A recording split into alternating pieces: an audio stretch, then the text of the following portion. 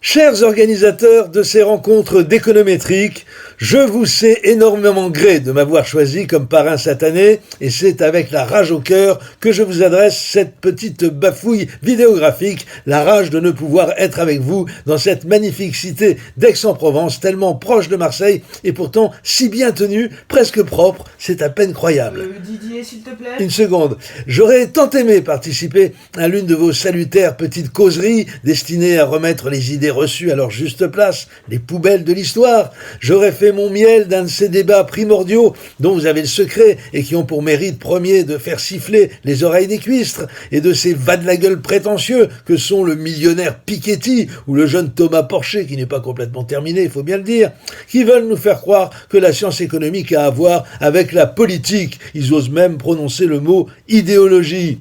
Qu'est-ce que c'est que ces calembredaines? La science économique, c'est tout simple, c'est un petit peu de mathématiques et beaucoup de bon sens. Voilà, tout bête. On gère une nation comme on gère son foyer, comme un bon père de famille, selon l'expression consacrée, en ne dépensant pas plus que ce qu'on a gagné et en n'empruntant pas plus que ce qu'on peut rembourser. Et de temps en temps, on se récite le théorème de Leffer, trop d'impôts tue l'impôt, l'un des rares théorèmes scientifiques qui autorise le point d'exclamation. Où voyez-vous de la politique ou de l'idéologie là-dedans? C'est du bon sens, tout simplement.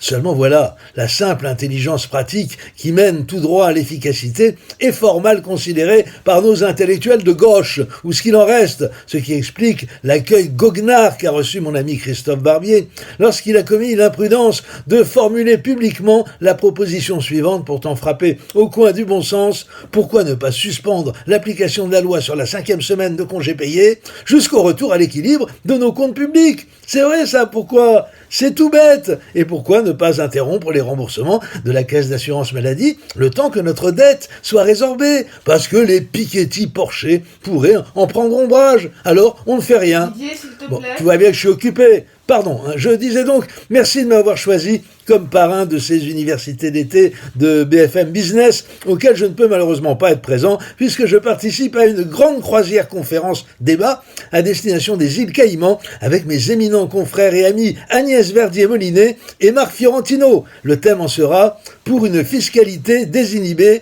l'hypothèse Balkany ». Au passage, j'ai regardé votre programmation. A priori, je ne connais personne, ou presque, mais j'ai quand même 2 recommandations à vous faire.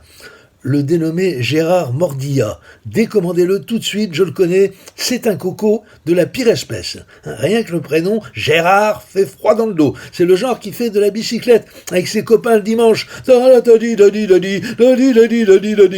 bicyclette, avec Paulette, le bon gars quoi, avec ses pinces à vélo et sa gourde dédicacée par Poulidor. Tu lui donnerais le 22e congrès sans autocritique. En réalité, c'est un tueur, un ancien proche de Jean Canapa. Comparé à lui, Jacques Duclos était un beatnik. C'est lui qui a réalisé pour Arte une histoire du christianisme où il fait passer Saint Paul pour un salopard d'antisémite. Saint Paul antisémite, il avait bien besoin de ça. Vire-le tout de suite dès qu'il arrive. Non, pas Saint Paul, Mordilla. Voilà, seconde recommandation.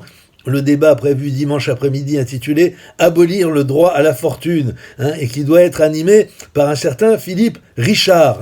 Annulé de suite, ça sent le canular à plein nez. Voilà mes amis, ces 3 journées s'annoncent passionnantes, profitez-en pleinement. Ça y est, la vidéo est dans la boîte, je vous l'envoie immédiatement. Est-ce que je peux te parler, Didier? Oui, attends une seconde, j'appuie sur le bouton.